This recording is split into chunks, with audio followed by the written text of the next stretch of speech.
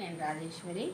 ఈరోజు మీకు పెసర్లు ఎట్లా నాటుకోవాలో చూపిస్తాను. ఇవి నేను పెసరట్టు చేసుకోవడానికి నానేసిన. ఒకవేళ నానేయకుండా పర్వాలేదు, మామూలుగా ఇట్లా చల్లేసుకోవాలా. నేను మీకు పైన కూడా విత్తనాలు పెట్టిన, అన్నీ మొలిసినాక నేను మళ్ళీ ఒక వీడియో చేస్తా. ఇట్లా వేసేసుకొని కప్పేయడమే.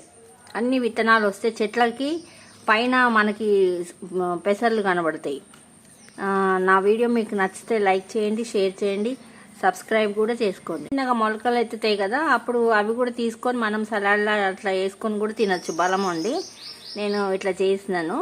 ఇది మొలకలు ఎత్తినాక నేను పైన కూడా చూపిస్తా, ఇక్కడ కూడా చూపిస్తా.